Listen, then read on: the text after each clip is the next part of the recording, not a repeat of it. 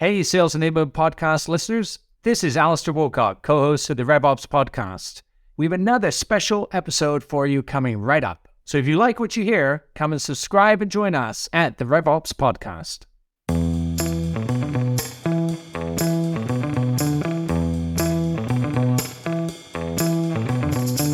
Welcome back, everybody. This week's RevOps Podcast. I'm Alistair Woolcock, Chief Strategy Revenue Officer here at Revenue.io, and thrilled to have back with us for part two, Barry Traylor from the Sales Mastery Institute.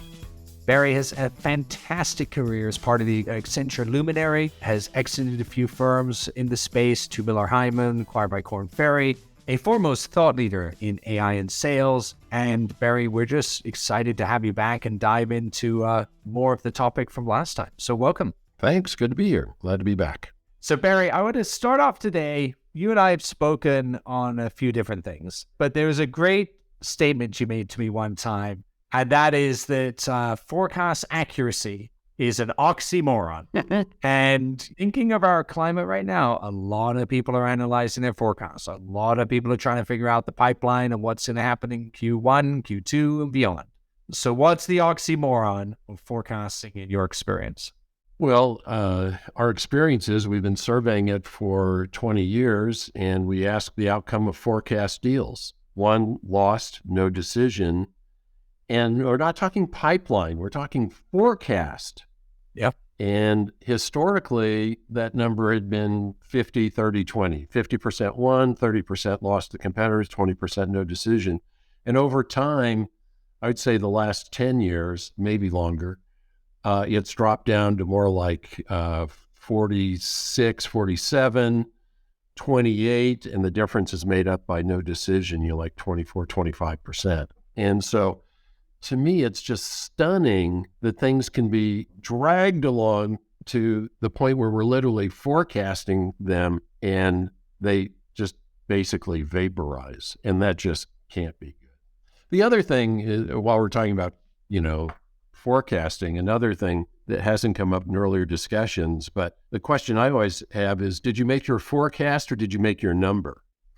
And so, let's say a rep's number is, let's just keep it easy, 2 million. So 500,000 a quarter. And they have right now in their pipeline for this quarter, $1.5 million worth of deals. Okay. And so it's like, well, how are we doing? Well, I'm going to say, I'm going to give it 60%. So 60 million, 900,000. I'm going to give it, if they have 500 and they've got 600. So maybe they've got 1 million in their pipeline. So they've got 2x in their pipeline for the quarter at 60%. So 600. I think we're in pretty good shape here. Well, first of all, what does 60% mean? And all I can say is it sounds better than 50-50, but I'm not going to go out on a limb and say 90. And so there's that. But let's say the $1 million is made up of, again, let's just keep the math simple. 4 deals, A, B, C, D, of $250,000 each. Right. And what happens at the end of the quarter is A, which was in for 250, actually got booked for 100,000. B, C, and D kind of out in the ether somewhere, but out of nowhere, this mega deal J for 400,000 came in, $500,000, and yay, hero. So made the number, but completely blew the forecast. I mean, this person is literally in a flat spin. They have no idea what's happening in their business. Right. But they're a hero because they made their number. So I think it's worth asking, did you make your number or did you make your forecast? And RevOps, would be all over this. 100% they are. Yeah. And it's, language I would use on that to supplement it is, are you running your business off human educated guessing? Yeah. Well, that's a nice way of putting it. But in there, then this is where RevOps kicks in. Should help. And the tools and technology should help in forecasting.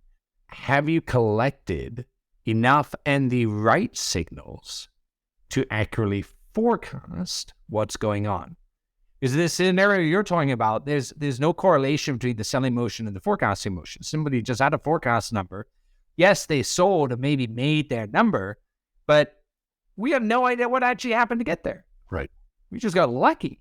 And luck is no way to run a business. So when you understand the signals that occur to make up your buyer journey, your sales journey, and you can correlate that to your forecast, you definitely can now go, am I having the right activities that are going? Are my buyers actually ready to buy if this deal's in a forecast? Like, if we actually asked that question and understood what that is? And this, to me, when I've read your research, it ties back in a bit of what we spoke of on the other episode, when we discussed before on process and methodology. A sales process and consistency of execution allows me to collect signals across the journey. Those signals I can weight, and now I can actually improve my forecasting, because I'm actually taking the forecast, I'm taking the activity stream, I'm taking the things that occur and actually providing intelligence off of that to say, hey, I know somebody's saying this on the forecast, but the activity doesn't jive with it, right? Or maybe it does. Great.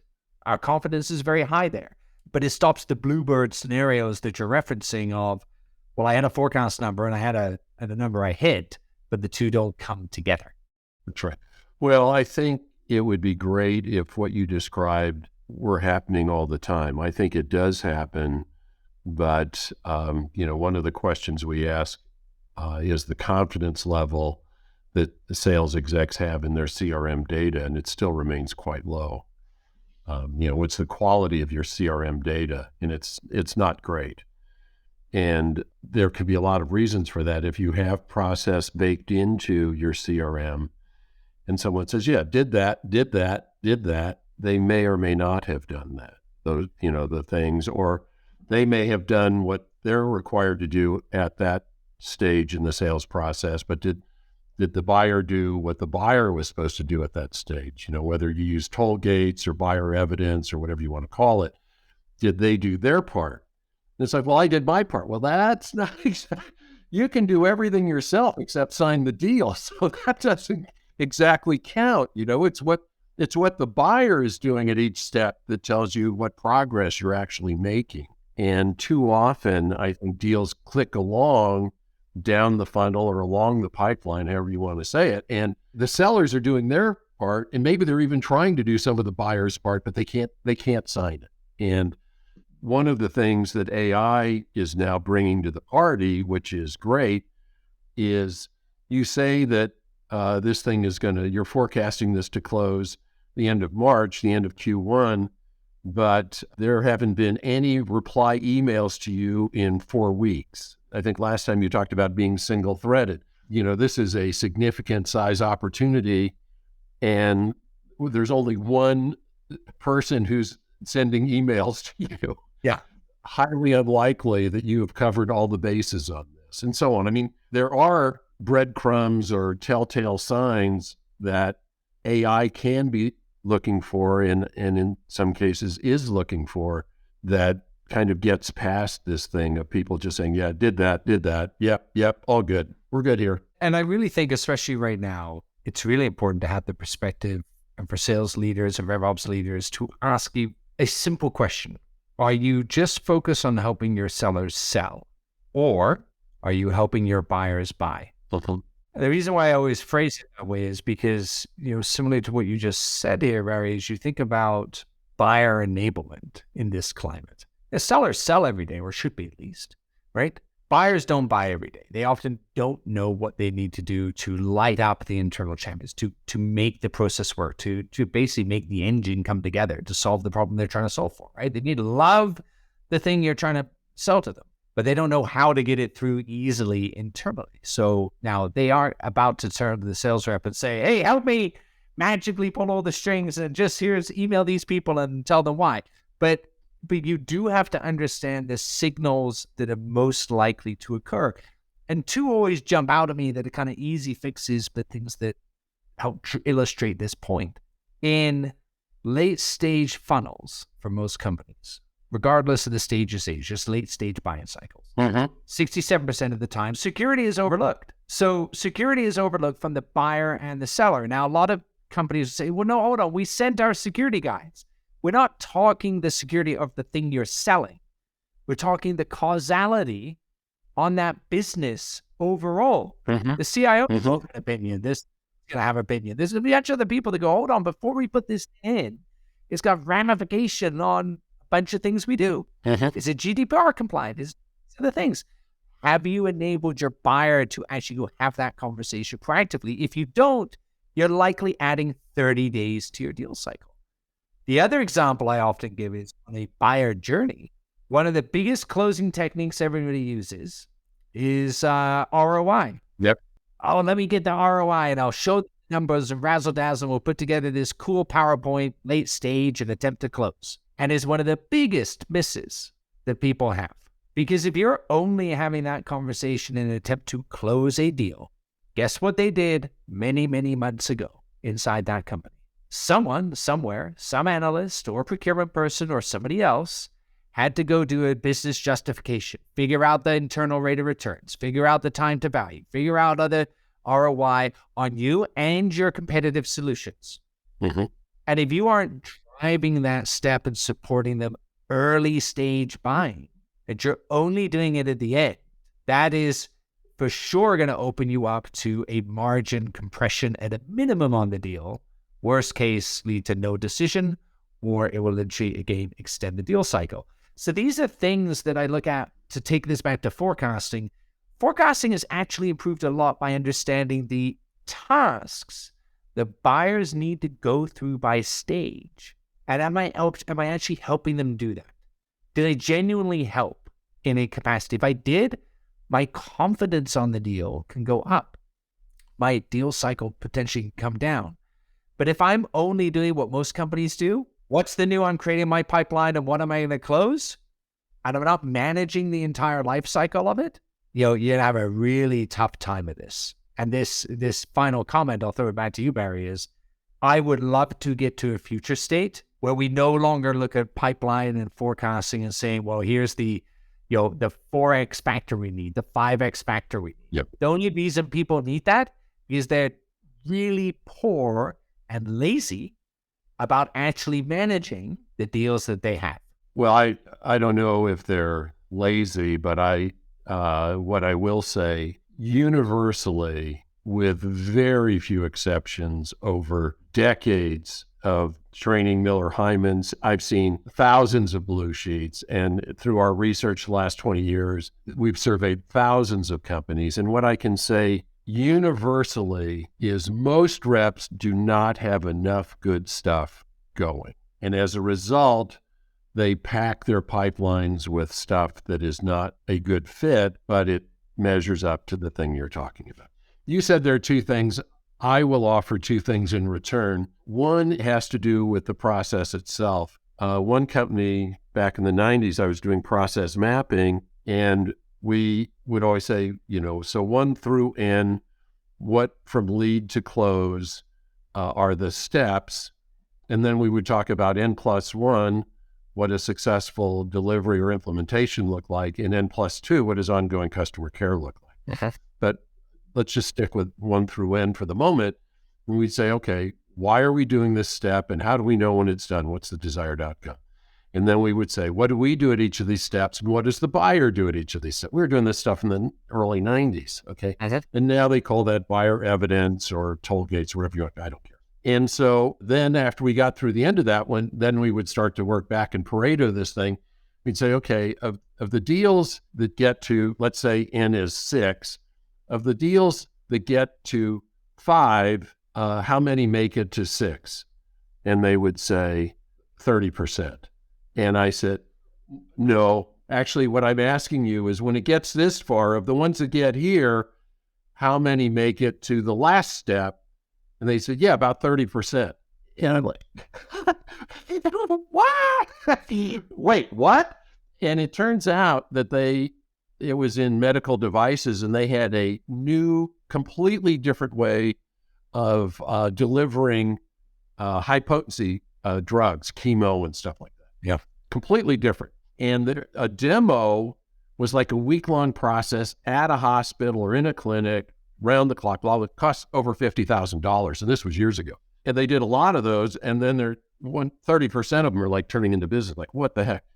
And so it's like, okay, well, let's Pareto that. What are all the reasons that you lose at that point, and what are the two main ones? Guess what the two main ones were? Number one, the person who gave final approval did not agree with their approach. Number two, no budget.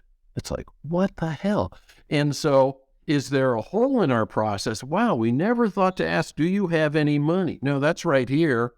It's step 1 or 2. We just said yes and never checked it again. But this other thing about the decision maker, the economic buyer not buying their concept, did we never think, oh no, that's right here. It's step 3, proof of, whatever, before we did so they were checking it off, but it wasn't true. Yeah. Okay. So the first part is there a hole in our process? We never thought to ask, do you have any money? Or are we simply not following our process? Okay. So I would say that's the first big thing. The second one I want to go back to, are you helping your seller sell or your buyers buy? Let's go back to N+1 and N+2. One of the big problems in my view, and my friend Martin Lewis wrote a book a number of years ago, How Customers Buy ... and Why They Don't. Okay. And so sellers tend to think of 1 through N, lead through close, and we're done. Okay. But in Martin's book, he shows like where all of the seller energy is going, like in the finding people and then educating them and then proof of concept and all that stuff. And then it kind of winds down. But for the buyer, it's like, yeah, I'm kind of interested. We did the internal stuff you talked about, IRR and ROI and business case. And yeah, we're really looking and blah, blah, blah. But what they're really worried about is after we get this thing, we have all this work to do to actually do this thing, implement it. Yeah. And it's not the security check. It's like, yeah, it checks. That doesn't mean it's done. We still have all this work to do. And sometimes it's just not worth it. And so buyers have gotten better at buying faster than sellers have gotten better at selling. But it's not just buying and selling. It's buying and implementing and living with it and having it succeed beyond anybody's wildest dreams. That's, I think, the part that people forget about. Yes, yes, and yes. Brent Adamson, an old friend, used to say, remember, from a buyer's perspective, it's not them saying, I'm happy I chose you. It's them saying, I'm happy we chose well. Yeah. Because at the end of the day, the point of buying is simply the action where I've now done it. And buying, when you look at the psychology of buying, I don't care the moment you're buying an engagement ring for your loved one, you're buying a car, your first house, or you're buying a piece of software. It's a negative emotion. The moment of a transaction, the moment of that purchase, that $20,000 engagement ring, you're going to gulp and go, oh, that's a lot of money for a piece of crushed coal, right? Mm-hmm. The moment you drive that car, you're like, man, the moment I drive off the lot, I hope it was worth the $30,000 of depreciation, right? Yep. Gulp. Yeah. Right? Yep. And then you live it. And then you have things that happen afterwards. And you are evaluating the entire time how that is going. And so don't for a second anybody ever think that buying is an exciting, wonderful thing. It's not. It's an incredibly negative thing. But what we do after that will dictate how well you do with that company. That's a great line. That is a great distinction. That's fabulous. And you think about, you said this earlier, and it's so true and even more true right now for our listeners to grasp. Now, we've said this before in the episode, but when you look at what happened in 08, 09, the last Black Swan event, the winners that came out of that time period knew how to grow with the customers they had, more than the ones than they had to go get. Mm-hmm. And if you want to grow with somebody and upsell, cross-sell, and all those other things, you better really help make sure that they chose well and that the post-sale is as rigorous as the sales process itself. Mm-hmm. And I love how your data leans into the process of sales and let's take that full life cycle with the products and wares we bring to market. We do that, and I think we can see a lot of good growth companies coming out of 2023. Barry, it has been a delight. Thank you so much. I feel like we could go on all day, and we didn't even get to touch on AI too much and what's going on in that whole space. So, maybe we can do something else again in the future here. But, thank you for your views on forecasting and on process sales and methodologies. How does everybody connect with you, Barry? What's best? It's very easy. Salesmastery.com. We have plenty of videos there and a contact us thing that comes straight to us. And LinkedIn, we both have our profiles and contact info there. We're not hiding, so love to hear from folks, and really appreciate you having me. And it was a lot of fun, and hope I added some value along the way. Great being with you. It's been wonderful having you here, Barry, and we'll have you back in the future time, and we'll dive in even deeper. So thank you very much for listening in. Please remember to like and subscribe, and submit your questions in. Howard and I will do our best to answer those in a future episode. You can reach us at 323-540-4777.